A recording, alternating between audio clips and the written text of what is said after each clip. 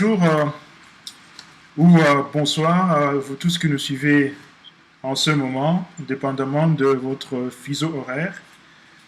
Vous êtes très nombreux branchés sur nos 4 plateformes où nous diffusons en direct simultanément en ce moment. Sur YouTube, CCDP Radio TV, sur Facebook, CCDP Canada, sur Ustream, CCDP Radio TV, sur Twitch, CCDP TV. Encore, merci d'être si nombreux branchés sur nos chaînes. Alors, nous recevons pour vous aujourd'hui, dans nos studios de CCDP Radio TV, le colonel Odombo, qui est le président de la Convention des Congolais pour la démocratie et la paix en sigle CCDP, qui n'est plus à présenter.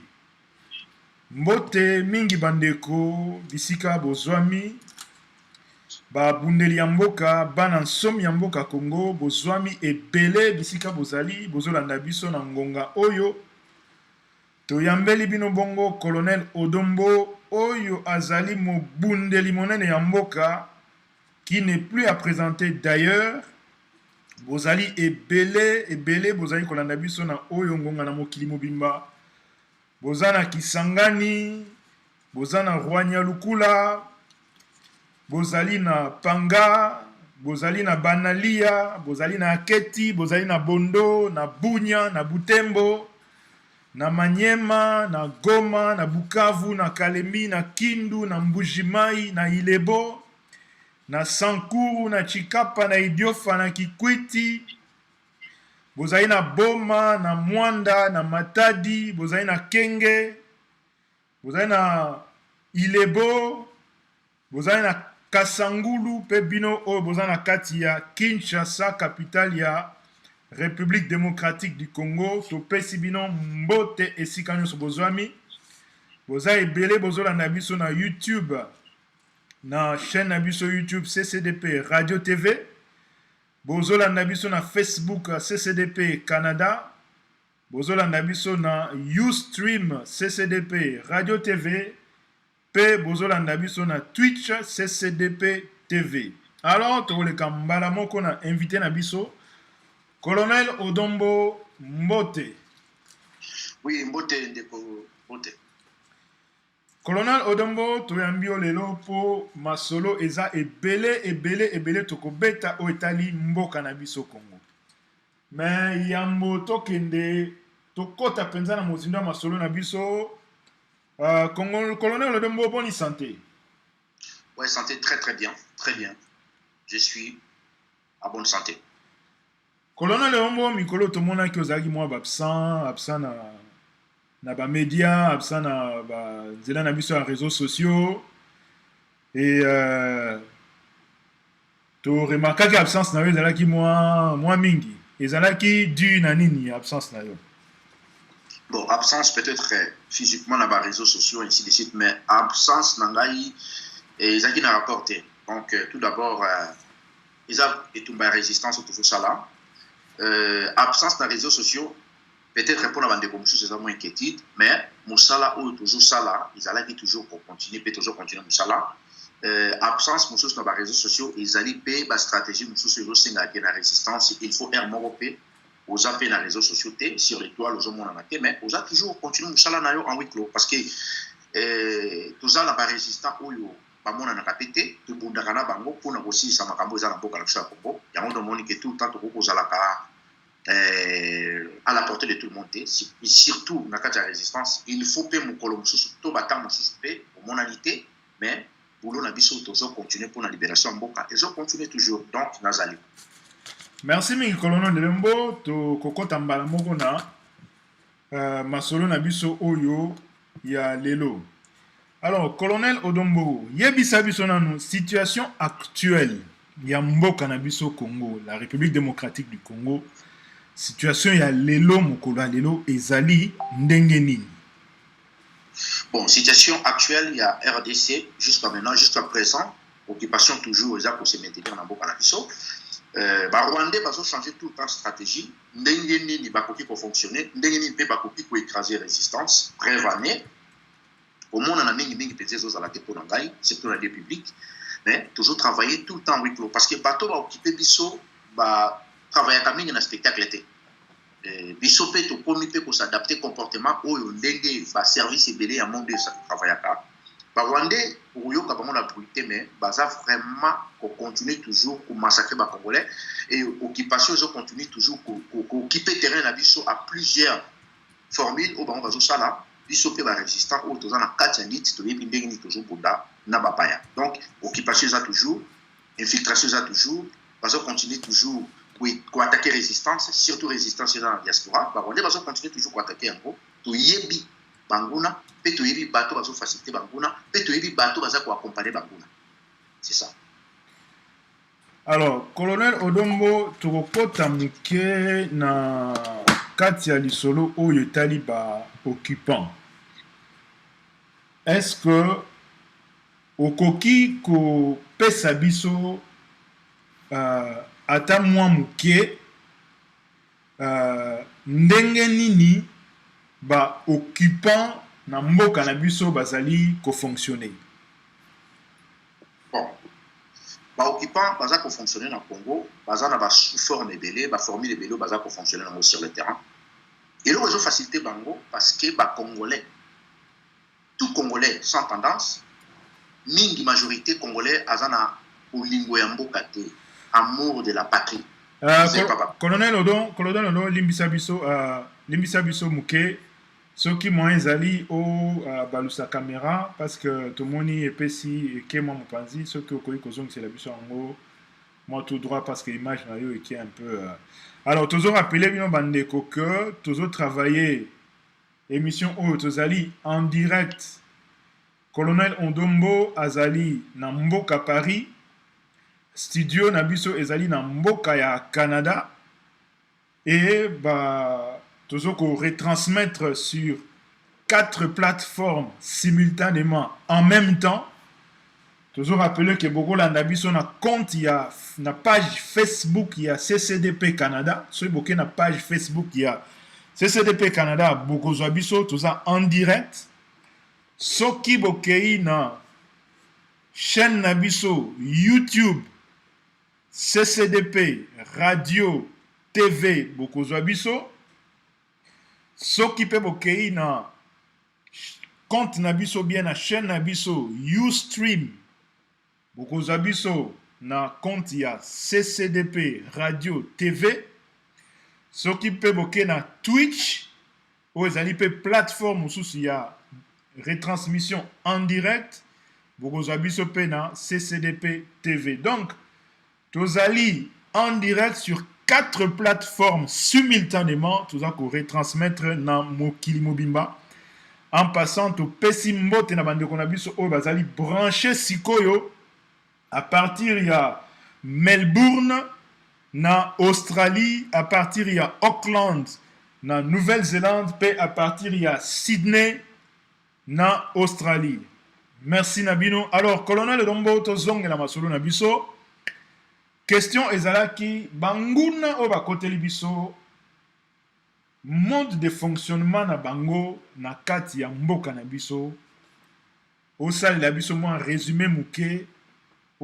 Lisolo kaka ya mokuse nini ezoko sala ke bazali na kati ya ko réussir mission na bango baza ko fonctionner ndenge nini po bakoka kokokisa makanisma be oyo baza na mpona mboka na biso.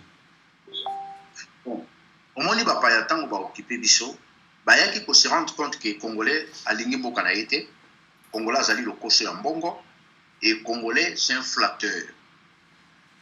Tango bazalaki musika babandaki komona ke ba Congolais baza ba travailler tant ba yeko approcher biso ba yo comprendre que majorité ba Congolais baza na manque de patriotisme pe bazali bato yo balingi bango moko bazala malamu tango ba koti eloko ni ba Rwandais basalaki liboso bazui tous les coopérateurs économiques congolais ba bomi ba faire na bango ba komisi bango ba pauvre et ba céder ba entreprise publique ba petite moyenne d'entreprise ba pesi yango epa ya bapaya ba bomine no biso nzala père ani bomoni congolais nenga komi lelo ba créer sikoyo ba politicien na bango Parce que depuis que Congo a coexisté, depuis 1960, je répète encore, depuis 1960 jusqu'à nos jours, tout tikali jamais que un politicien moko na Congo ou un souci à peuple ou a na mboka wana. Atikali jamais coexisté.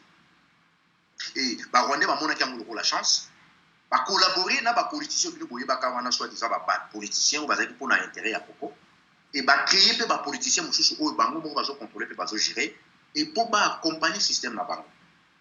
Tant mo biso na diaspora pe to telemi babandi pe ko observer chacun de nous ba ko comprendre que majorité na kati o bando même pour ça la ba vidéo bazali ko bundela mboka te me bazo luka positionnement bazo luka pe mbongo ba yepe ba promettre bango parce que Rwanda zo pesa congolais lo comme nga déjà ka promesse et na moi miette quelques miettes à ko pesa bino après pour changer la bino face ya mo dozo mona sikoyo lokola ba dominer déjà na RDC ba koti pe na diaspora ba dominer pe na diaspora ba s'asseoir na diaspora on a eloko oyo toujours ben la résistance et zala li sous-souté ya mo do moni ba créer ba classe politique na bango wana ba fonctionner nango ba créer au moins plus de 600 partis politiques c'est du jamais vu nulle part ailleurs et na mokili mobimba o ezana pays moko te ezana 600 partis politiques mais na RDC quand même ba Rwanda ba saleli ba 600 partis politiques et ba kosi ba congolais qui tout en carte de démocratie parce que multiparti sur le commune mboka donc automatiquement ba comme bien mboka ezana de commune la démocratie et ba Rwanda siko ba sali façade moko ya ndengo wana mais ba parti politique wana ezali ba parti moko alimentaire ou pour alimenter ba parti satellite pour occupation pour balancer là ya on moni situation to commune ngo sikoyo ba congolais belé bazoye ba mode de fonctionnement ya ba payate ndo moni bato belé baza mbobé donc so na lubina banda ko décortiquer ngo et pour jouer biso temps belé na kena ngo un peu plus rapide pour ba congolais ba déconner ba mona donc occupation ezo fonctionner na ba multiforme donc ezali serpent ya ba tête belé ndenge ba paya ba bazini biso na kati mboka donc ba jouer biso économiquement, militairement, politiquement. Donc, ba occupa ba instance nyonso isalaka ke pays fonctionner. Bango sko ba vandelia. Et pour na boye ba kiza bango te, ba zui ba marionnette moko ba congolais. Ou bino nyonso boyebi, ba tie bango le devant pour ba animer population que nos problèmes ezana ngo ate tala tuzaka na ba politiciens, tala pe tuzana ba tout boye ainsi de suite. Or en réalité, ce sont des Rwandais qui dirigent notre pays parce qu'il y en a deux gouvernements. Il y a un gouvernement parallèle au ba congolais ba monaka te. Na gouvernement na bango ko mona ka ba marionnette wana bazo jouer quand même la cadence ya ba paya c'est ça.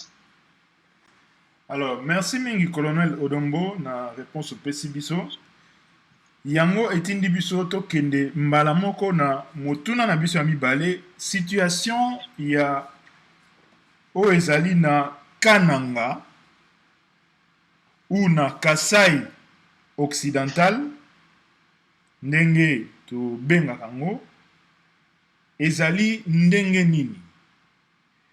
Qu'est-ce qui se passe na eteni wana ya mboka na parti wana ya mboka situation ya bandeko na biso oyo bazali to oyo bazalaki na esika wana avant que makambo ya mabe eyela bango ba o ba kima ba panzana misusu bakenda Angola misusu bakenda na province ya Bandundu misusu baza na kati ya Zamba situation ya esika wana ezali ndenge nini. Merci pour la question.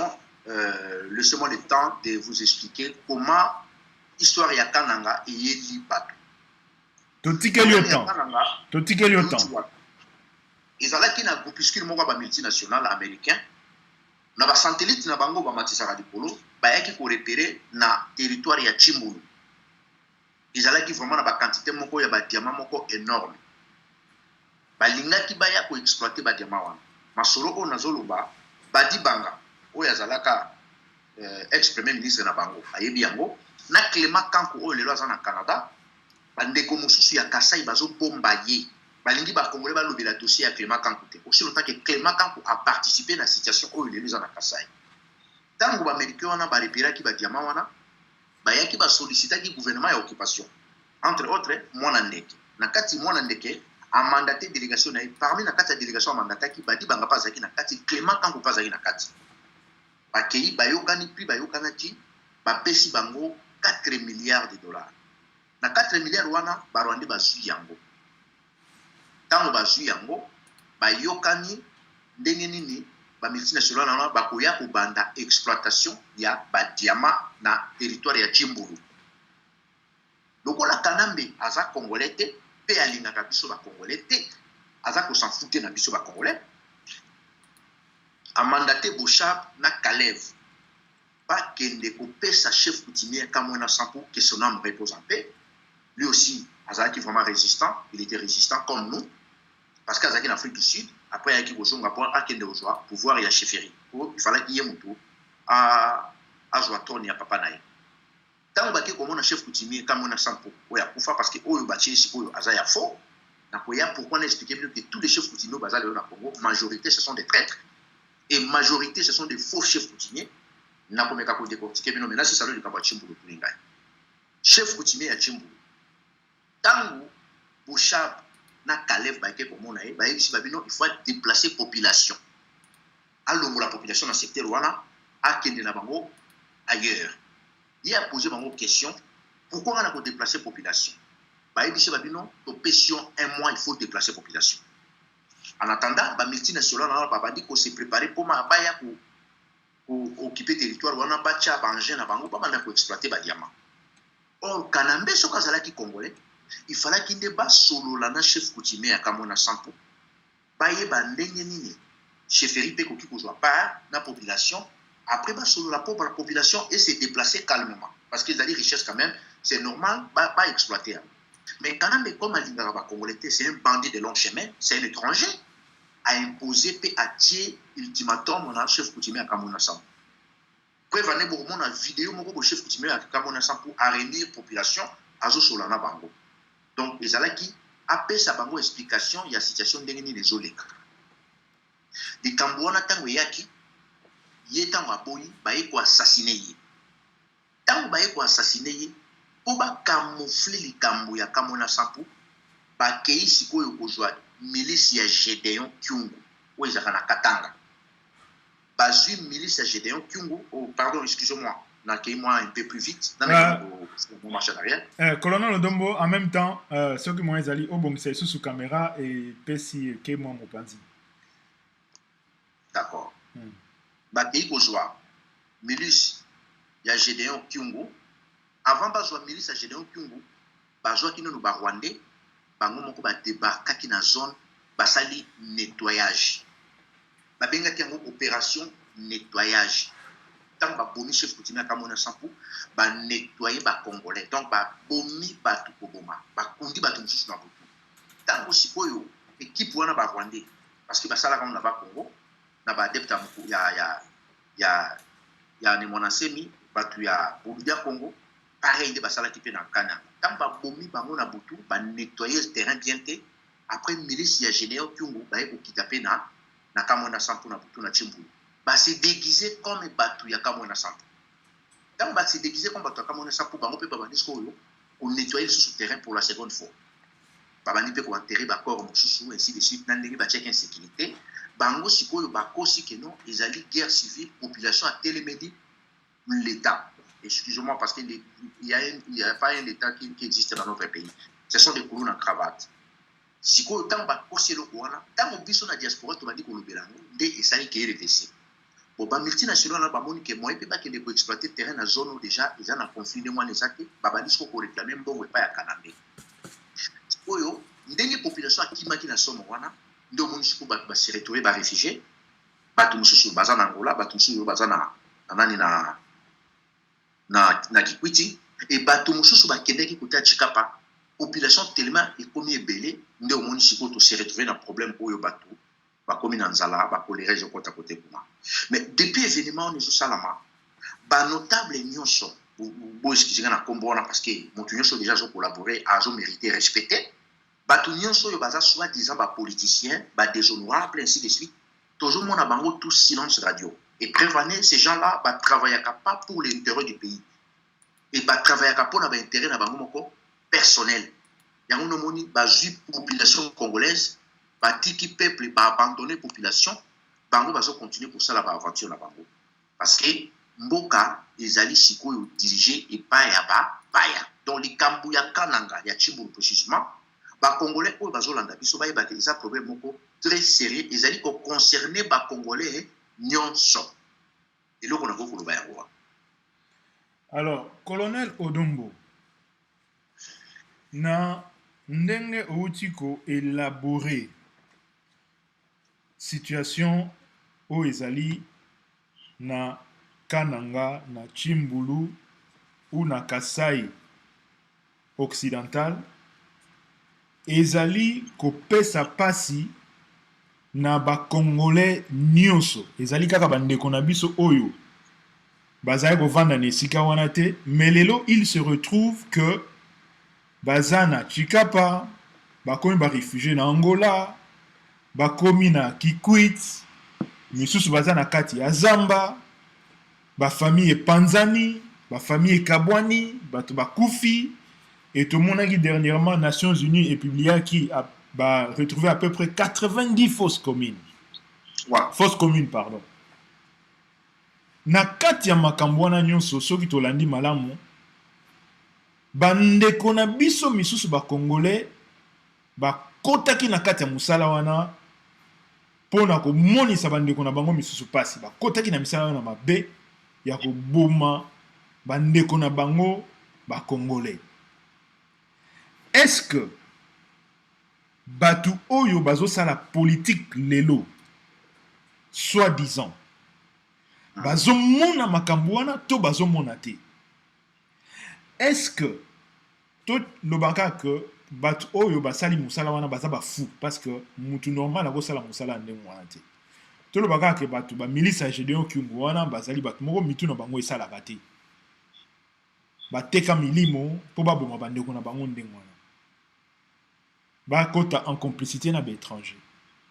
Mais ba oyo bazo bimalelo bazo sala politique soi-disant bazali batu ya mayele tangu ozo bimisa makamba boye bango bazo ya bango ndenge nini, bango bazo sala nini face à situation oyo? Bon, omoni politique yo bon bazo sala na Congo ezali politique pour l'intérêt ya mboka te. Bango bazo sala COP mais en politique. Pona bango bazo luka place nini bakoki kolia mbongo. Et soko tali majorité ya batu nyonso oyo baza soi-disant ba politiciens ba utana diaspora, mingi soko zongi na diaspora awa mingi babandai ko sala musala oyo ya kobeta ba chèque. Mingi bazaki ba gigolo, mingi pe bazaki ba Mario. Bayebi lisusu eloko ni bakoka yoso lisusu na poto te parce que ce sont de paresseux. Bayebi ndenge balukaka mbongo te. Occasion ye kopesa mela bango ba se retrouver ba politiciens par hasard. Eloko nini lisusu ba Congolais bakokozela na part ya batu ya ndenge wana. À part trahison. Baza conscient bayebi ke mboka na biso eza na maboko ya bapaya. Bayebi ke mwana wana azali ya biso te. Pe bayebi ke mwana wana azalaka président du Congo. Le vrai président du Congo, c'est Paul Kagame. Mon andeke azali représentant ya Paul Kagame na RDC. Soi-disant président de la République. Bazali conscient, bazana ba donner tout ba yebi yango. Mais on a bango, ezali problème ya mboka te, ezali problème ya batu bazo kufa te, ezali problème bango bazwa mosolo, batia na ba poche na bango, point barre. Et loko mususu bango ba ko sala ezaki. Prévane bazo tamba na kokuta. Bayebi ke makambo bazo lo bezalo kuta pe bazo kosa bazo continuer parce que bayebi ke Congolais zino likambo au sérieux te soki Congolais zo ki likambo au sérieux mbele batu mingi ya ba politiciens lo kuta wana mbeto sana bango te. C'est ça le qu'on a besoin. Alors directement et permettre ngai colonel Odombo pardon na fungola brèche moko na kota na likambo na yoki tango ozali ko yebisa biso tango ozali ko sensibiliser toujours na likambo etali bandeko na biso côté ya Kamwinansa pour chef coutumier et puis na Chimbulu tout ça otangi kombo moko oyo et soulever quand même moi curiosité panangai otangi kombo ya Sami Badibanga. Or Sami Badibanga soki totali bien azali mwana o azalaki na kati ya ndaku ya UDPS. Donc, tozolo ba kati ya ndaku, donc c'est-à-dire que azaki na kati ya cercle moko oyo ezalaki proche na papa na biso oyo atika biso Étienne Tshisekedi wa Mulumba, que son âme repose en paix. Et en même temps, Sami Badibanga azalaki ou azali na mwa ba affinité na Félix Tshilombo oyo abengami Tshisekedi, et te constater que bon, question nanga ekozabo, est-ce que Félix Tshilombo qui se fait appeler Tshisekedi, est-ce qu'Azalaki au courant il y a Makambouana ou pas? Parce que Sami Badibanga na ye baza quand même très proche. Merci beaucoup la question, Anna. Si les lots bazalaka ba proche. D'ailleurs, Moutou Oyo a annoncé que Badibanga ke yong toujours soit primature, déjà Félix Tshisekedi. Ah bon? Badibanga oui. Badibanga ye monga iba te ka au premier ministre.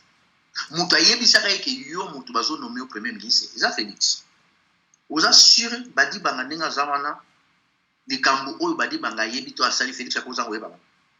Pourquoi t-il les lots oyo Félix ayebisaka ba congolais ke mbongo oyo yazwaka na députation na bango wana ya Barwande apesa bango na Kasai na ONG mo na Kasai, mais c'est le même peuple oyo akenda kopesa bango mbongo ya députation yazwaka le lot peuple wana kimia komi libanda peuple wana yaza se retrouver na ba fausse commune. Ye pourquoi je l'obate il y a une situation sur les Chimbouté, il y a une situation à Kanangate, il y a une situation sur les Kanachika Pasikote. Il est au courant. Mais le problème est que Bango va aussi la politique. Je répète encore, ces gens-là, ils ne sont pas là pour défendre un autre pays. Ils sont là pour ses intérêts personnels.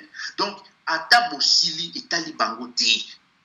Bazakuna T à part mensonge. Badi Banga Aza toujours na kacha idepes. Akendaki mission monsieur Sili a sali retour au Bercail. Point barre, tu yebi yango. Et là, comme je suis athée, bah yebi que mboko est en danger, mais le problème là, c'est qu'il faut pas jouer des mots solo. Bah on va avoir un problème qui va défendre mboko. Préférez pas autant pour na lokuta. Li kambu ya chimbolo. Bah di banga ça au courant. A yebi yango. Et là, bah di banga yebi est-ce que Félix a causé un weba. Parce que tant bah kendaki na Angola pour jouer mboko, et mon Félix a benga qui wane sa cop na biso. Bah di banga ça la kinaï. Partout. Jour Moïse Katumbi Soriano a pêché à Félix bon on a Paris en 2015, en fin 2015, dans Paris 8e, pour assommer l'IDPS. Badi Banga il était présent, non? Baïbani. Alors c'est très grave, colonel Ndombo, mais Yebisa Biso Sikoyo.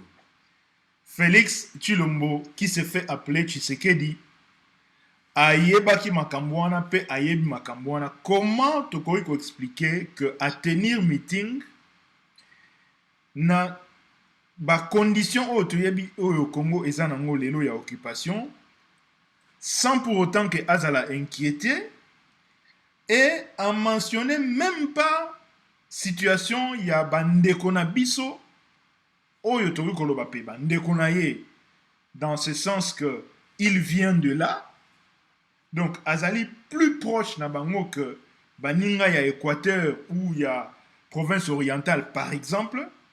Mais comment expliquer le fait que Félix Tshilombo, qui se fait appeler Tshisekedi, alobeli likambwana ata soki mokete? Est-ce que ezali que azali na kati ya complot contre bandeko na yemoko ou ezali nini? Bon, likambo oyo elikaki na s'intéresse à Njili. Félix Tshisekedi Tshilombo, Yemoko, Azalaki même pas n'a besoin, y a la meeting. Azalaki proposition et outaki et pas y a Jeannette Kanambe. Rendez-vous Salamaki dans l'hôtel du fleuve. Malembe colonel Ndombo, ça c'est très grave. Olingi koye bisabiso que Félix Tshilombo, qui se fait appeler Tshisekedi, Azalaki na contact na oyo Jeannette qui se fait appeler Kabila aussi. Azalaka na contact na bango, azalaki te. Azalaka na ba contact na bango. Donc cela veut dire bakuta ni na Jeannette ba sololi na sujet ya meeting ya Sainte-Thérèse. Jeannette a ebisi abi pesa biso montant olingi to pesa yo. tala idée na biso yango yo tango okina kati ya meeting wana il faut lobela oyo point oyo biso toza na besoin osala meeting mais yo pesa biso montant nini yo oza na besoin topesa yo ye asengi bango 10 millions de dollars po bapesa ye. Colonel Odombo, makambo ozobimisa oyo ozana ba preuve na yango parce que c'est très grave. Ezali yoko to peut-être ozolo bango c'est très grave mais il faut tout luka mo muso na dictionnaire. Ça c'est très très grave. Jeannette accueilli abengi mwana ndeke. Mwana ndeke yebisi to kene midi 14 était yebisi to pesa 8 millions. Jeannette azongeli yebisi abi bon biso to suki na 8 millions lobini na bi donc d'accord ça va. 8 millions on a déjà 8 millions. C'est bon OK d'accord.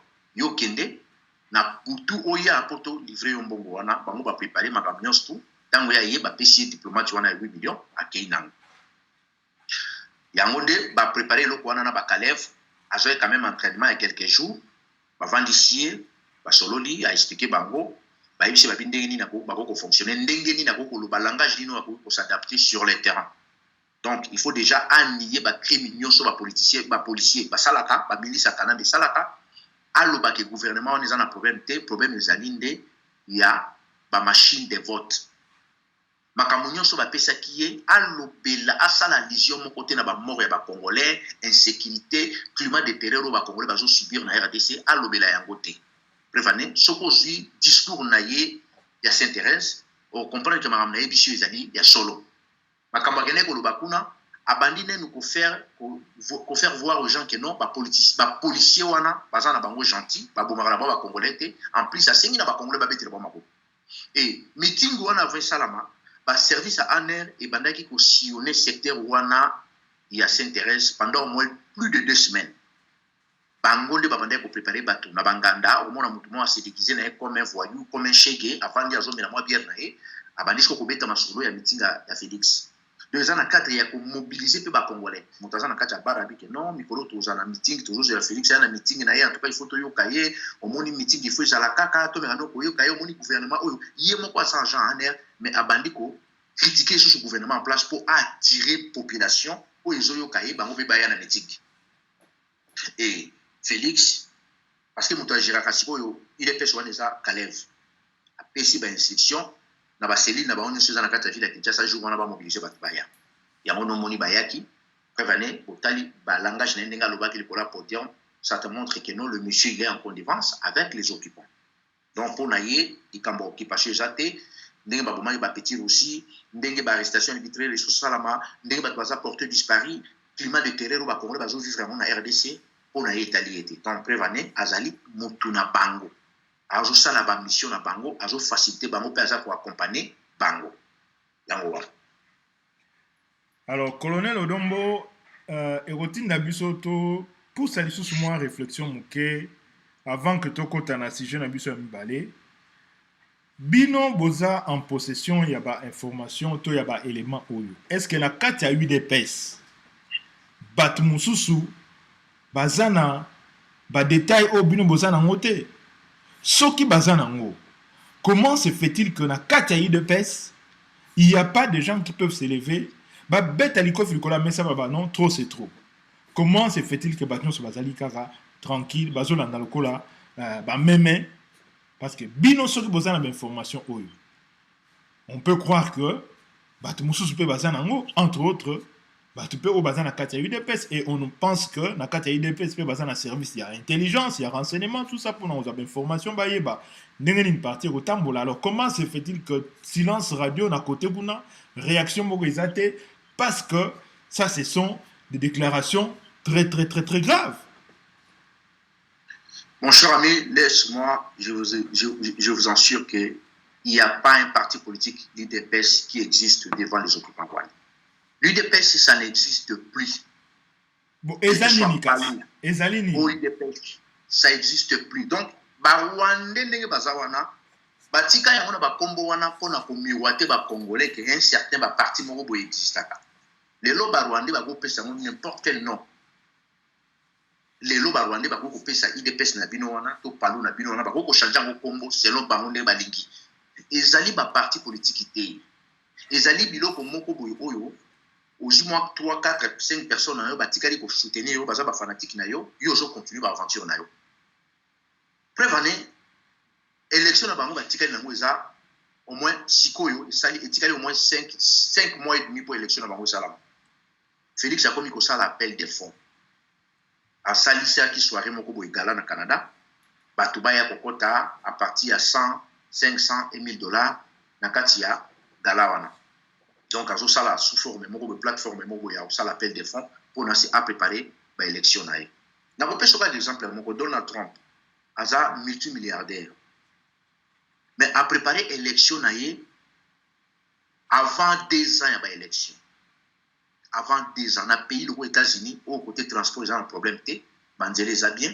Ils ont un moyen de transport, mais à préparer avant 2 ans, il y a une élection présidentielle. Tout y est dans le pays, la France. Les candidats, ils ont déjà 2 ans avant l'élection. En plus, le pays, et puis ça va avoir subvention pour préparer ma campagne. Il y a une élection. Voilà ce qu'on a une voix à bateau pour une élection. On a démontré que le monsieur Félix c'est un grand menteur plus que son père. Bateau na nyoso wana ndenge nazo peta masula bamboka wana baza na capacité à organiser une élection mais muto aza candidat à l'élection abani ko se préparer avant 2 ans à l'élection. Comment na RDC na pays oyo moi na 5 ans aza na carte d'électeur Congolais, aza na carte d'identité, na mboka oyo, na population oyo yi azo linga ke le voter, ba tumususu ba resté ba kima, ba paya, ba occuper territoire na par la force, ba Congolais bazo vivre na climat de terrain, bazo vivre na insécurité totale, yi azo yebisa ba Congolais ke alinga kende ba élection ba cotiser les mbongo. Aujourd'hui on a dit que zaka sous forme escroquerie ndenge ba escroquera ba impérial.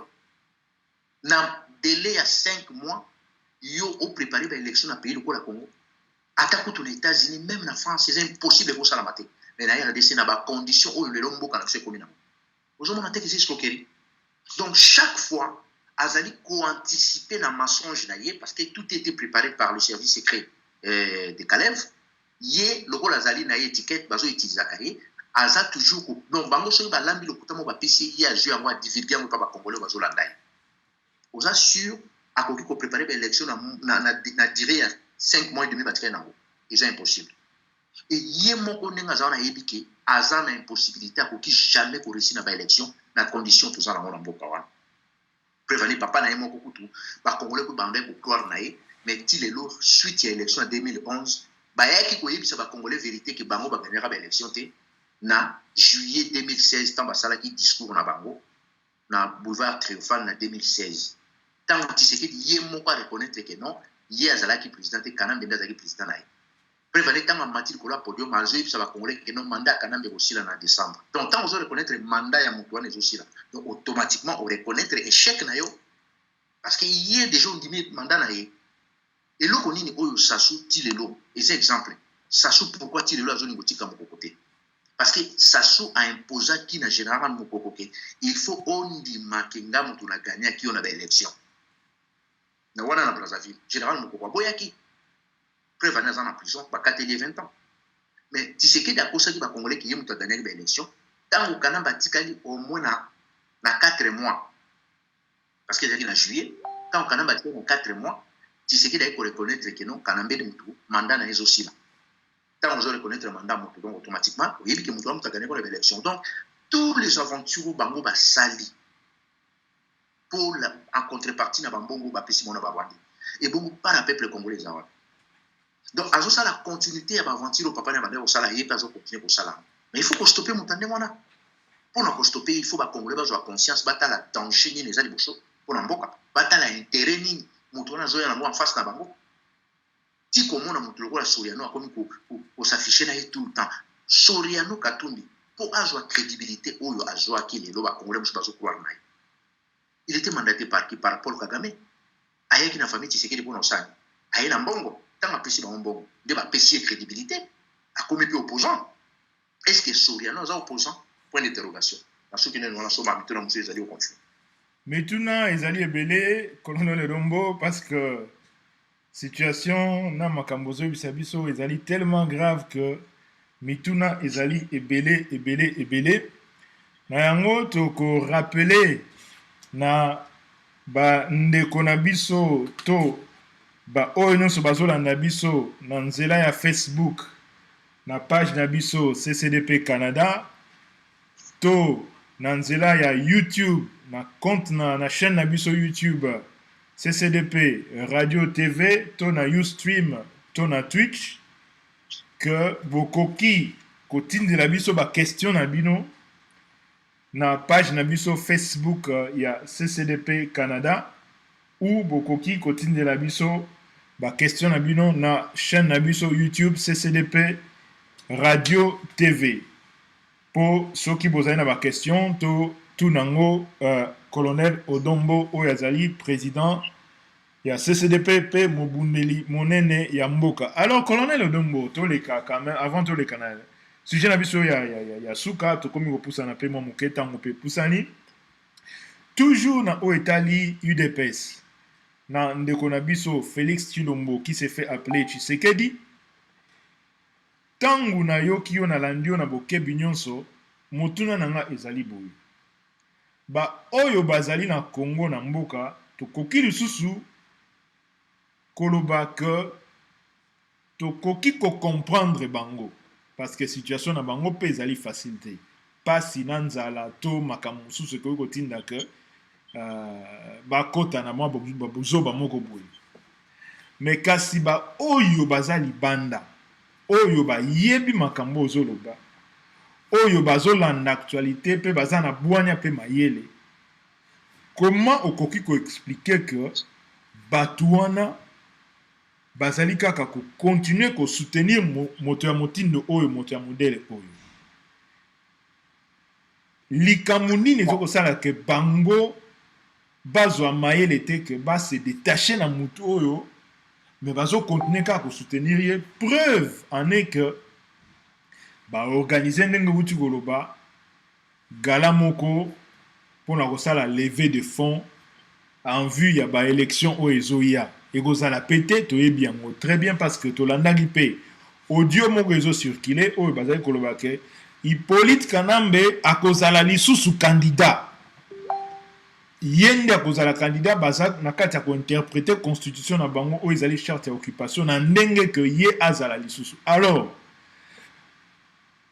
ba Tshilombo nous croyons que baza na information wana mais baza quand même na kati ya ko préparer soi-disant élection ba yebi malamu que na 2006 Jean-Pierre Bemba azwaki malekate azwa bokonzi te na 2011 le feu Etienne Tshisekedi azwaki peuple votaki mais azwaki bokonzi te et soki par hasard l'élection est salami lisusu avant que bino ba résistant bosikola mboka na la même personne, le même individu qui se fait appeler Joseph Kabila de son vrai nom, Hippolyte Kanambe, en face naye ezala Tshilombo, ezala Katumbi, ezala Fayulu, ezala nani, mon côté à côté la gagner, ba yebi yango malamu mais ces groupes d'individus, groupe ya batu oyo bazali banda on considère que baza quand même avisé et éveillé, mais bazo continuer toujours à appuyer mutamotindo oyo na kombo ya Félix Tshilombo qui se fait appeler Tshisekedi. Merci na motuna na yo. Soko tali motuloko la Félix wana Tshisekedi. Soko ji parcours na ye banda s'afficher soi-disant comme un politicien. Chaque fois tambola toujours dans mensonge. Akendaki na Ibiza. Na ye no mbango na likambo ya Ibiza tango ngapi nazaki parmi 2 ou 3 premiers oyo baloba ke Félix Tshisekedi azozwa mbongo na parlement. Ce qui botali ba vidéo nanga kana na lobaki yango même avant Guignolo Asakali aya ko apparaître devant tout le monde na lobaya.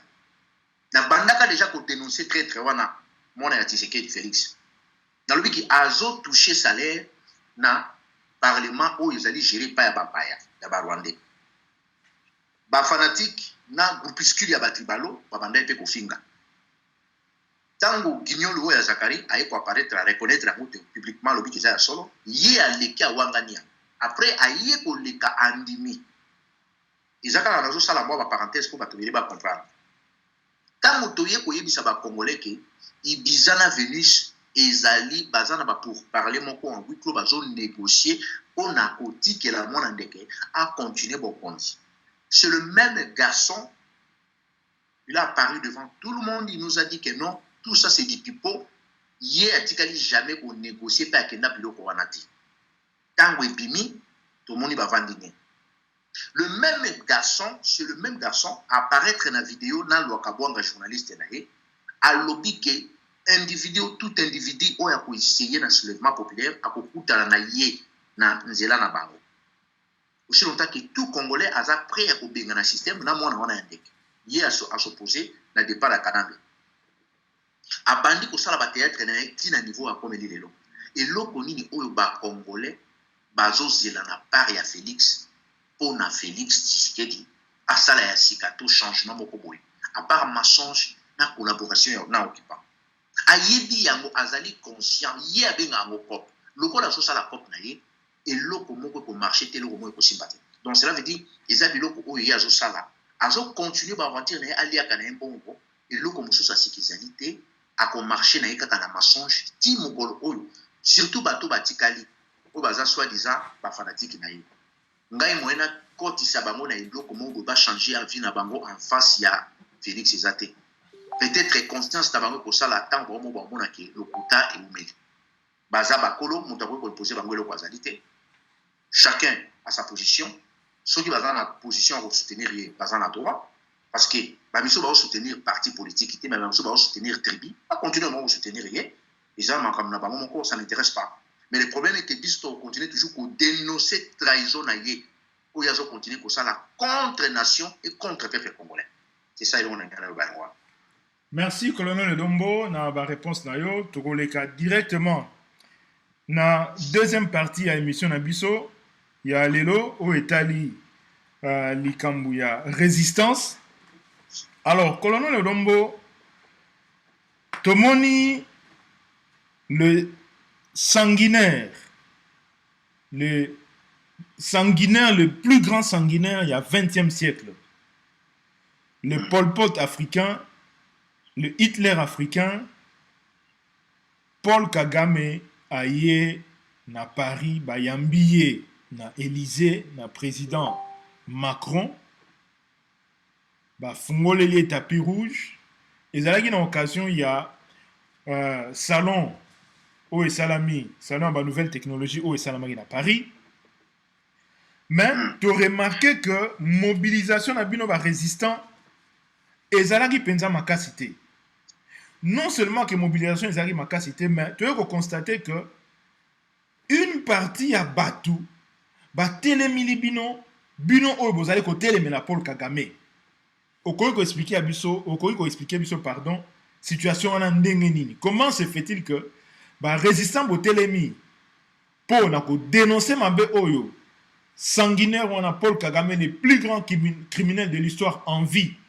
Azo sala na mboka na biso Congo viol, massacre, en plus il y a pillage, il y a minerai na biso, matière première, mais une partie ya congolais to mona ki pe publication na réseaux sociaux disant que n'était parce que ezali monsieur Honoré Ngbanda nde mutabengi si manifestation. Comment ko expliquer biso que ninga na bino mususu ya ndeko na biso mususu pardon congolais batelemela batu o bazotelemela mutu oyo azosala mabe na mboka.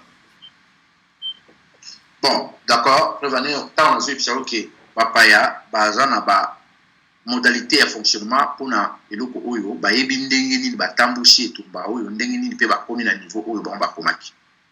Donc problème na biso tozana ngo lelo bato basala ki campagne contre biso izali bato oyo bazali na tendance ya Félix Tshisekedi. Bon, na éviter so bazo respecter ba accord au Tshisekedi. Leader na bango Tshisekedi a kufa oyo asignaka na Paul Kagame na 2002 na Rwanda parce que Tshisekedi azalaki allié principal ya Kagame. Je pense que tout le monde vous le connaissez. Même Valentin Mobaki yemoko pe aloba yango. Et ce n'est pas Odon qui a inventé ça. Ils Valentin Mobaki yemoko pa aloba yango. Bon.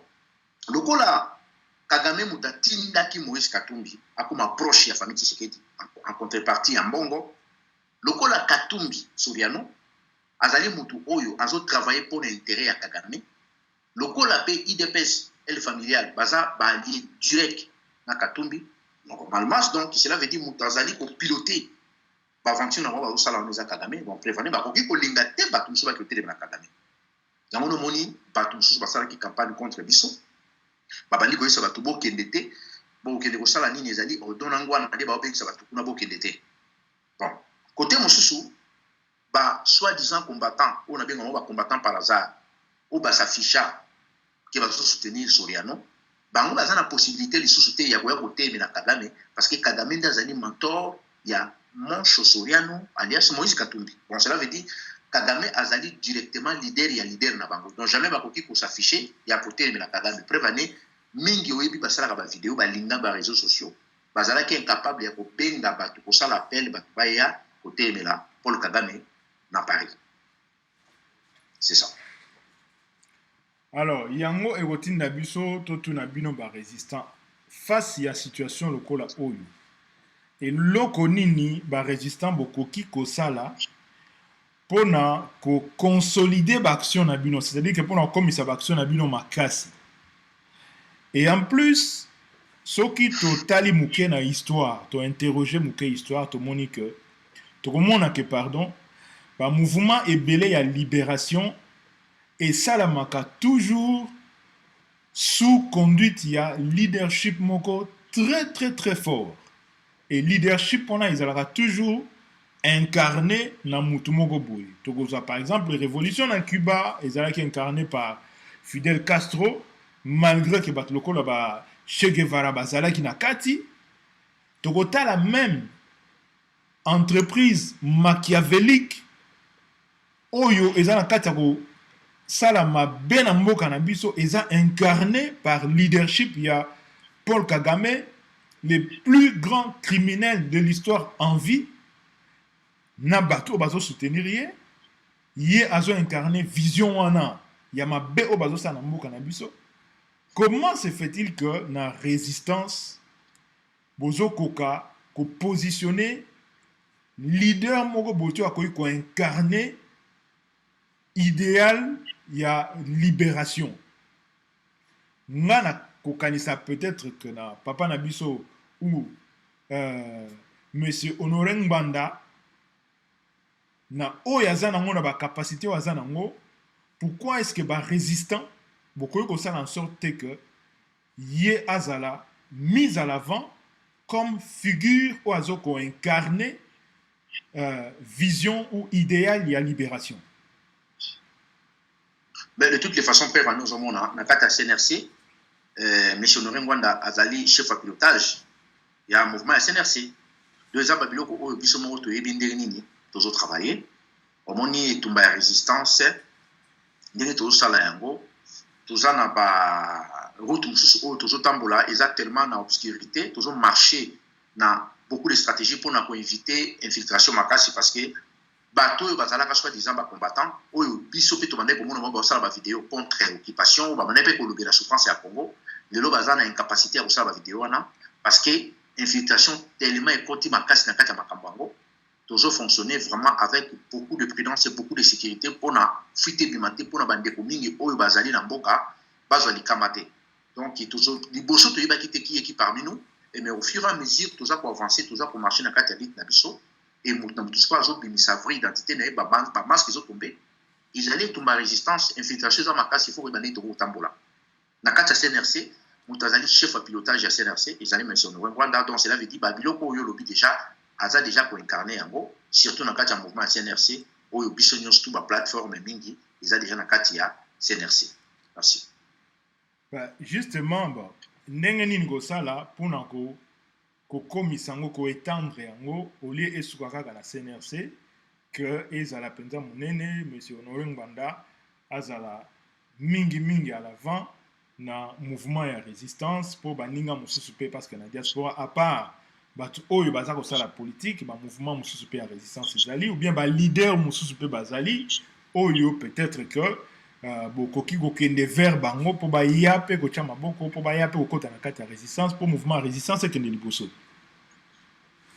Bon, au moins résistance toujours ça les long ba agenda caché zebele biso ba résistant toujours bondé la même tête que nos postulés biso ba résistant toujours bondé tête que nos joie par na biso ya gato biso ba résistant toujours bondé non pour la libération en boucle siko parmi les Congolais, oyo ba lobby qui bazo bundela mboka, majorité bazo bundela nenu place nini ngana ko se positionner pour l'alia.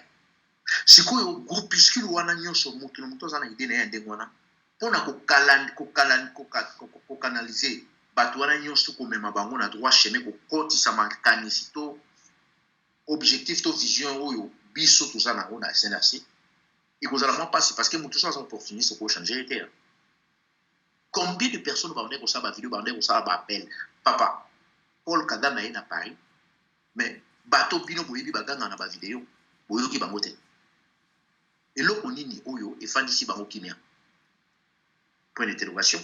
En plus combat oyo tokota kango volontairement to signaki papier quelque part te que na engagement on a relâché non et mutu na mutaza ko trahir na point na ye mutu na mutaza ko lâcher na point na ye donc et tout ma résistance tokoki ko imposer tout le monde a kota na idée na biso to réussir te to continuer biso bato toujours ça à travaux wana au fur et à mesure vérité za ko rattraper bato bazana vérité mensonge aussi ils ont rattraper pe bato bazana mensonge mais position na biso toujours il faut avancer la résistance au qui n'habite na biso ya libération en boka et là on a koloba ya quoi.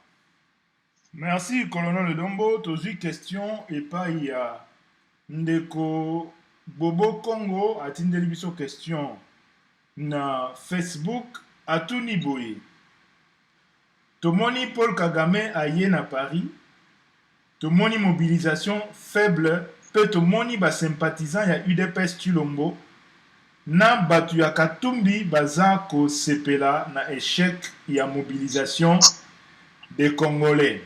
Est-ce que parmi les 12 millions de morts na 4 millions de femmes violées ba sympathisant ya UDPS bazate batu ya Katumbi baza ko sepela pona nini?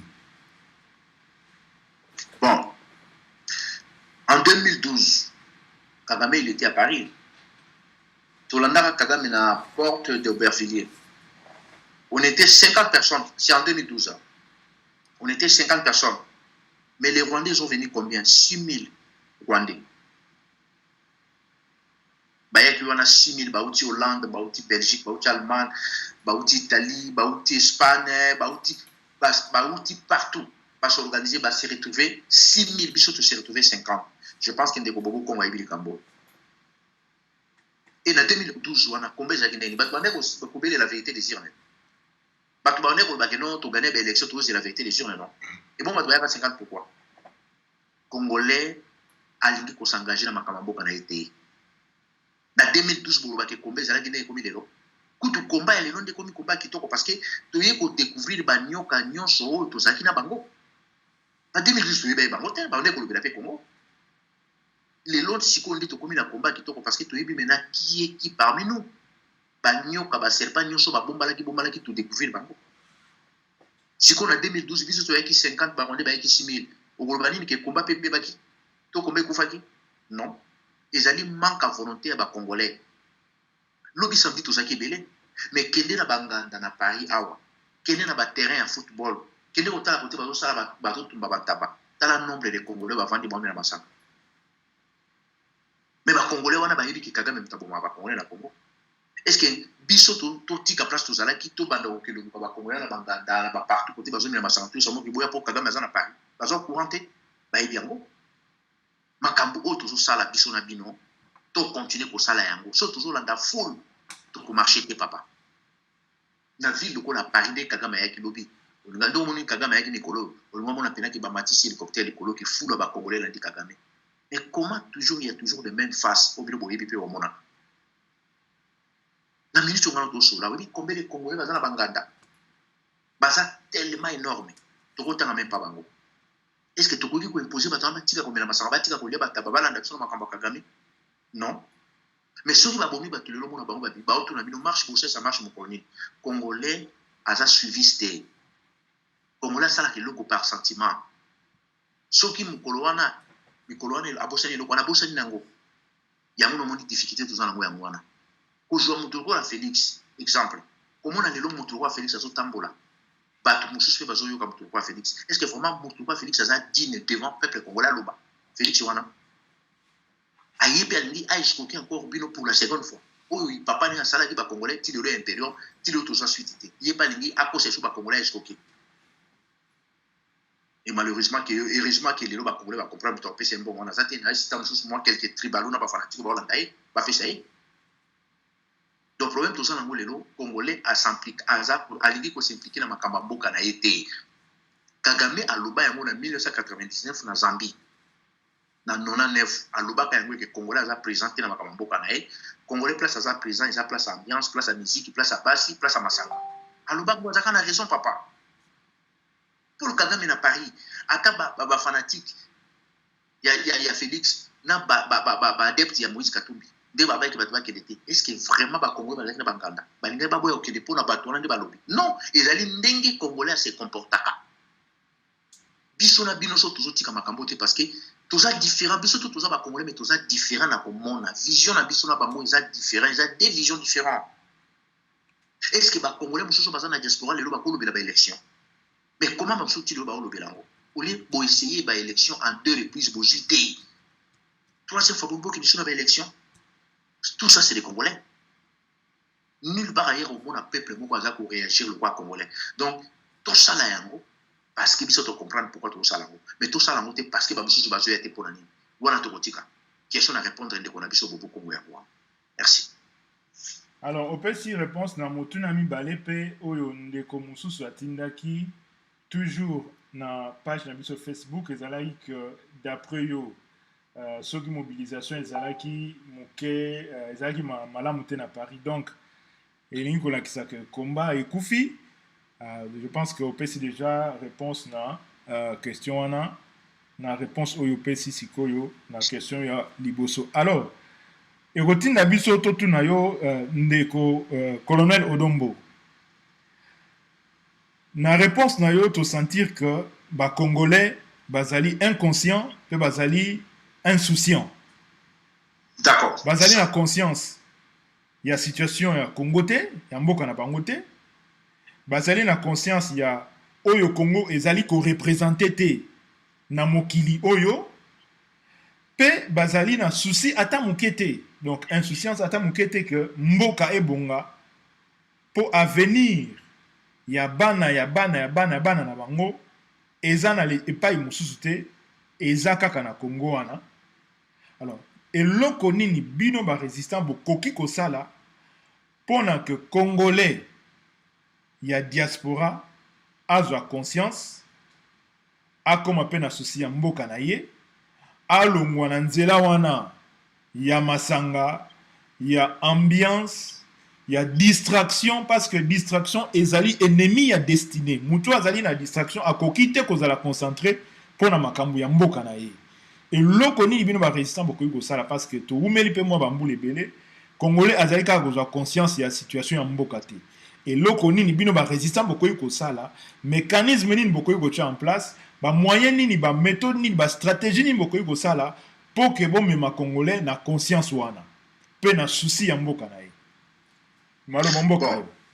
Merci beaucoup la question on a des causes tout na question moko penza très capital surtout dans cette situation et loko ngana dobi il faut multiplier toujours mobilisation parce que l'homme se trouve ça les athées prévenir toujours ça lango volontairement et surtout tous les Congolais c'est obligé il faut défendre Mboka wana parce qu'ils ont appelé ça sur mabele musu déjà à RDC toujours ça lango tant que Congolais donc multiplier mobilisation mais pour na biso noyau déjà où toujours travailler donc continuer toujours à travailler mobilisation wana o ekokutana la yi agir conscience à rejoindre biso il y a pas de problème au père qu'on continue toujours cause en cas de distraction donc on continue à l'endater mais biso objectif na biso il faut beaucoup les aller libérer prévenir fidèle cas on a kiba ba botola ka kiba ba zaka combien de personnes ba zaka belete hein mais ba zaka kiba pourquoi parce que ba zaki déterminé pe ba zaka qui na même état d'esprit au moins combat au tout ça là qui na 2011 2012 2013 ils zaki tour de Babel na kati wana banyoka bazalaki na kati bato muso bazolinga bakoma ba ministre ba muso bazolinga ba koma ba député ba muso bazolinga ba kende ko postuler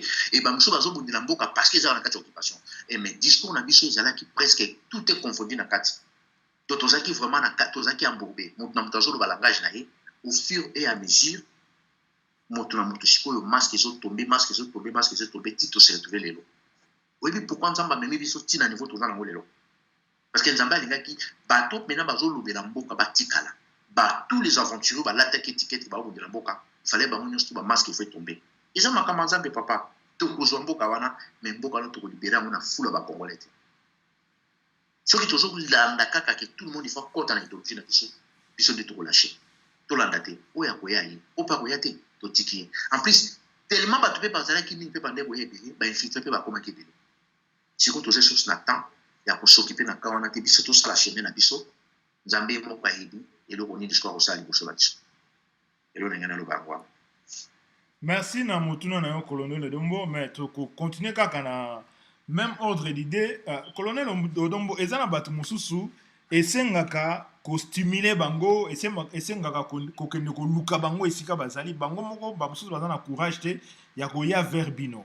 Est-ce que bokoki ko tiate ba stratégie en place oyo sala que bokende pe vers batu oyo bino bomoni que bazali pe na quand même na ba capacité à ko rejoindre bino même na polele te matin na CC bokende pe ko kutana bango ko solana bango entre autres ba leader mususu pe oyo ba soi-disant bon soit pas soi-disant même ba parti politique oyo ezo évoluer pe na diaspora bokende vers bango parce que lelo tokoki koloba que il y a 10 ans peut-être bakokai kozana doute que mboka eza na occupation mais au vu il y a ba réalité nyonso oyo eza mise en place lelo na ba fait na mboka na biso mutu moko akoki kodouter occupation azali te. Alors mais bato wana bazo camper toujours na moi position na bango. Est-ce que bokoki peut-être kotia ba stratégie en place oyo kokende ko solola na bango komona bango même ata na polele te mais na CC ba appuyer bino bazala quand même na bino na kati ya résistance pour que mouvement de résistance peut kende liboso. Bon, là, je vous assure, il y a quand même des pourparlers en Wikolo avec nos frères congolais. Donc, il faut travailler seul, parce qu'ils ont Congolais sur mon côté, ils ont Congolais à Montignon, tout. Ils ont fait des commissions sur base de conscience, ils ont toujours travaillé dans Mingi en Wikolo. Parce qu'ils ont résistance, ils ont parti politique qui était, ils sont dévoilés face à Bango, toujours travaillé dans Bango, ils ont quitté Bazali. Basango misusu o toujours quand même pas batouwa pour na ko pesa ngo pa batu nyonso bayoka toujours quand pas batouwa biso mo to fonda ngote donc ça na babilo misusu toujours ngo kuna pona ko lakisa ngo pa ba congolais batona bazangi te de kolanga bazali wana ndimangai.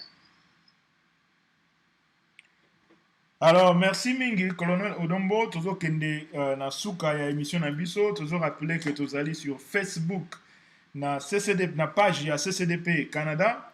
Tous na YouTube, na chaîne Abisso YouTube, CCDP Radio TV. Merci Nabandeko Oyobo s'est branché à partir de Beijing, na Chine. Et Nabandeko Oyobo s'est branché à partir de Pékin, na Chine. Nan, tous na Bandeko Nabisso Moussous s'est branché à partir de Séoul, na Corée du Sud. Merci Nabino Bozola Nabisso na Sydney na Australie, merci Nabino Bozola Nabiso na Melbourne na Australie, merci Nabino Bozola Nabiso na Auckland, na Nouvelle-Zélande, na Paris, na France, na Bruxelles, na Belgique, na Londres, na Royaume-Uni, na Venlo, na Pays-Bas, et merci Nabino Bozola Nabiso na Moscou, pardon, na Saint-Pétersbourg, na Russie. Et merci na Bino Bozana Washington, merci Bino Bozana Dallas, Bino Bozana Caroline du Nord na Charlotte, Bino Bozana Los Angeles.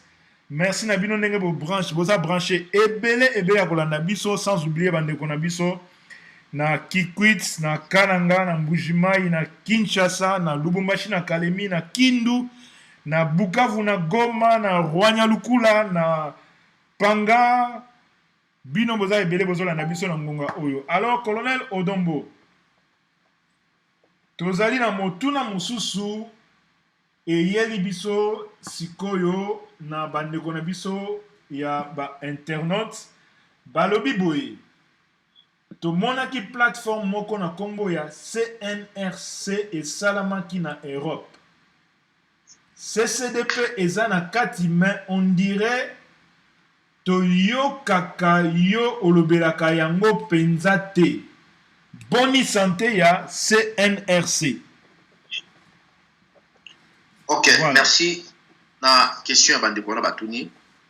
Tout d'abord déjà CCDP ezali membre na kati ya lisanga ya CNRC. parce que CNRC ezali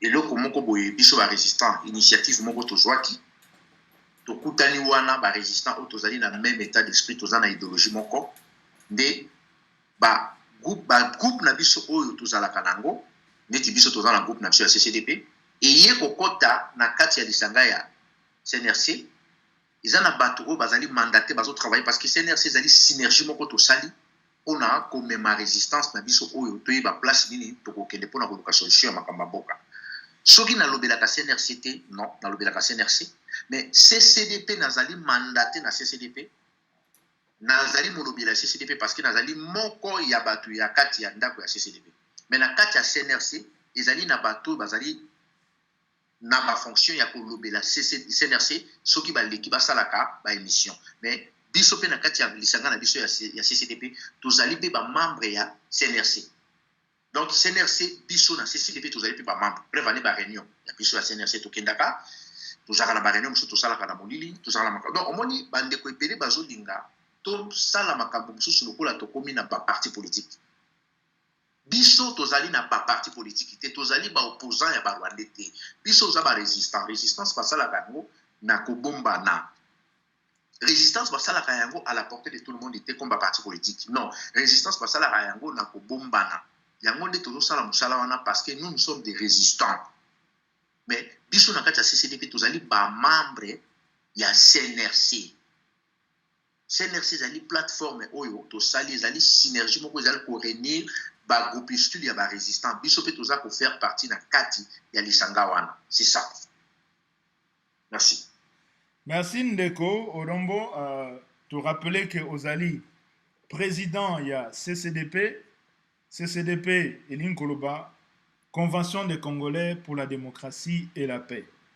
Alors tokosenga na bino bo s'abonner ebele na chaîne na biso YouTube CCDP Radio TV ezali chaîne na biso bo s'abonner ebele et tokozongela bino de temps en temps na ba révélation na ba émission pour la conscientisation ya peuple toujours mobilisation pour l'action finale. Bon c'est branché belé to pesi bino susu merci mingi bino nyonso bozali branché na direct na biso alelo. Alors colonel Odombo tozo kende malembe mais tozo koma na suka. Est-ce que ezali na sujet oyo il fallait to lobela mais to lobelité oyo okoki ko aborder na ngonga oyo? Merci. Nazolinga na répondre na ndeko mona mona komeli ngai pona likambo ya concert ya Roga lobi na Paris. Ndeko ayibisinga lobi odonde ni botiki bandeko ya Brazzaville babunda bango moko aussi longtemps qu'il fallait qu'il pour tcha bango quoi.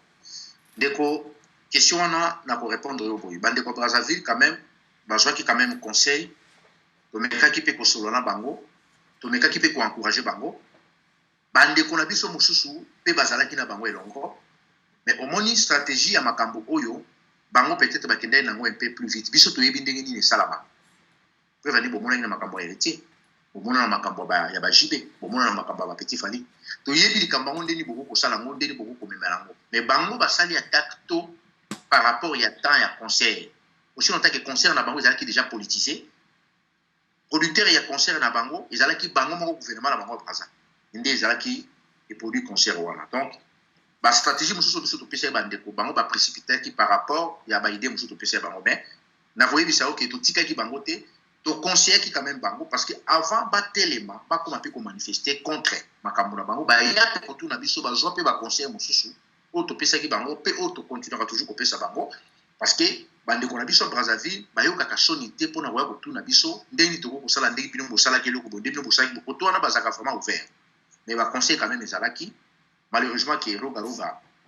côté batumba qui saluana gouvernement la bango comme ezaki producteur bango de bazaki ba bango ba passer production ya concert wana ba louer sous salle sous kaka côté mais déjà concert ba to que concert ezali ba tona ba yaki ko yepo ba binge bona ba téléphone ndo moni eloko ani salama ki bon bande ko to ba sali action ba kena bango mais biso action to kenda raté to tika la kati ata tongo pour mona na ba hiver ba ebisi biso que concert ezali mais to tika quand même équipe pour se surveiller mais bande ko na bazaki un peu moins prudent pour na ko sala eloko wana mais tu apporter quand même ba conseil na bango et pas bande ko Brazzaville merci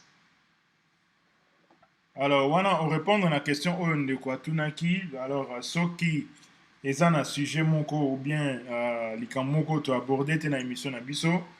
En attendant, peut-être bandeko mosusu baza na ba question reposer. Comment rejoindre aussi mouvement na bino à CCDP, comment faire ceux qui sont intéressés parce que peut-être que bato mosusu bazalaka intéressé bakota na CCDP bakosala ndenge nini et nani bakoki kocontacte banuméro ya telefone nyonso wana soki okoki koyebisa biso. CCDP ezali Convention des Congolais pour la démocratie et la paix, en sigle CCDP. Numéro de téléphone na biso ezali na ba vidéo na biso, numéro de téléphone soki bobengi bokosola na bandeko bako pesa no ba directive ndenge nini okosala po okota na kati ya lisanga, et même na banzila ba réseaux sociaux, même soki pe bolingi bokomela CCDP Canada ako répondre bino, ou soki bolingi bokomela Bobo Congo ako répondre bino, ou soki bolingi bokomela pe ngai moko toko répondre bino, toko orienter bino place nini oyo bokoki bokende kosala adhésion pona eleka malamu. Donc CCDP ezali ouvert na ba Congolais nyonso, quel que soit pe muto batindi po ya pe kosala mabe, ils pe ouvert pa na yo, surtout sur aux Congolais. Tant bazo mandaté ba pêcher mission po ya ko détruire loko o ezo di débit samboka na yo, yeba ki makala moto eza toujours na mutu na yo. Facilité à contacter biso ezali nango. Numéro na biso ezali na réseaux sociaux. Na ba Facebook na biso pe tozali boyebi biso, soki ngai te bo contacter ndeko Bobo Congo, soki ndeko Bobo Congo te bo contacter ndeko Malou, soki ndeko Malou te bo contacter CCDP Canada. Ils nde toyeba nde toko orienter bino. Donc ezali facile pona okota na kati ya lingomba ya CCDP. Merci mingi ndeko. Merci mingi colonel Dembo. Tokotikela yo mot de la fin avant que to clôturer émission na biso. Merci beaucoup. Ezali le baso ta pona émission oyo, mais ezali le baso ta pona masolo ya Congo. Et le Congo na koyebisa bandeko belé bo sous-estimer combat oyo tozo sala te. Bo baisser braté parce que etumba ya résistance ils ont lourd collé quand même charge na yo moko ya famille, et tout ba résistance ils allaient très lourd collé quand même temps sous vie na yo moko moto prévané ko s'engager na makambo biso to s'engager na place ils allaient qui na ko futa 1 euro na voyager facilement, mais na ko mo futa temps sous 5 6 7 8 euros, donc na komi na charge mususu oyo na zala qui na monter so na s'engager na biloko te na place mususu na koki ko kende na vendre comme tout le monde na koma ko kende na place mususu na réserve parce que na ko zala à la portée de tout le monde était. Donc ils allaient sacrifice moko bo oyo zo sala déjà une grande partie à vie na yo on dit sacrifice o biso ba congolais to s'attendait ka te ki to ko servir na makambo yo mabele ba comparer on le côté et tumba ya mboka ba sala ka ngote pour en contrepartie ba peso quelque chose mingi o bino bo moni ba teki discours na bango pe ba changer position na bango babane ko lité pona baluka mbongo le si on taki to biso tozo lité pona babeleza la libre na ko yebisa bande ko nyonso bazolanda na kati ya makambo soki biso ba congolais tozo linga to lâcher prise et bongo ba tibétain o babandi ko bunda depuis 1950 banda ba chinois ba occupa Tibet et bongo ba palestinais ça fait maintenant 70 ans, donc 70 ans il y a lutte Palestine et Israël pour histoire wana bango ba lembité kaka biso bato tozana na 20 ans to baisser bras pourquoi malheureusement et pas na biso ba traître bazé belé na bato yo baza ba insouciant balingi na ba mboka te balingi nembongo,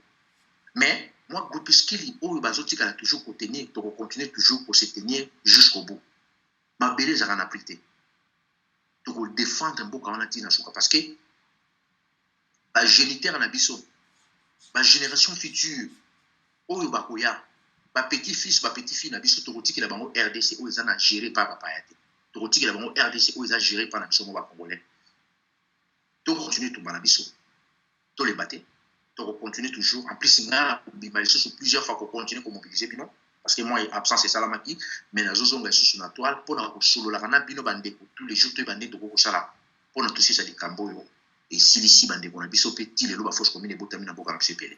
Et là, la lutte continue. Tu continues toujours tous à la ferme pour les Toumabo. Merci. Merci, colonel Olombo. La lutte continue. Alors, puisque nous luttons, donc nous sommes. Lorsque nous aurons arrêté de nous battre, alors nous cesserons d'être. Sur ce, nous vous disons grand merci à vous tous qui nous avez suivis à travers le monde. Que nous allons continuer avec une série d'émissions jusqu'au 30 juin des émissions à caractère pédagogique, des émissions de mobilisation, de conscientisation. Na kotinda que Congolais a conscience, il y a situation en Mboka parce que la situation est très très grave. Le pays est allé kokende et nous ne pouvons pas croiser les bras et croire que tout va bien. Tout va très mal dans notre pays et l'impératif de la libération revendique à ce que chaque Congolais puisse prendre conscience du danger qui guette le pays et qu'il se met debout et qu'il combatte pour libérer son pays des mains des prédateurs, des ennemis de notre peuple. Une fois encore, nous vous disons un grand merci. Bino Obolandi Biso à travers le monde, Washington et Montréal, Canada, Toronto, Bozana Los Angeles, Dallas, Bozali na Paris, na Bruxelles et partout ailleurs au monde, na Kinshasa, en République démocratique du Congo. Merci à vous et à la prochaine. Donc, chaque week-end, comme on vous a dit, abonnez-vous massivement à la chaîne Nabuso YouTube, qui n'est pas Nabuso CCDP Canada. La série d'émissions va continuer chaque week-end aux émissions jusqu'au 30 juin pour nous sensibiliser, pour mobiliser, pour conscientiser le peuple congolais. La vie, la patrie ou la mort, nous vaincrons. Ingeta, colonel Odombo. Ingeta.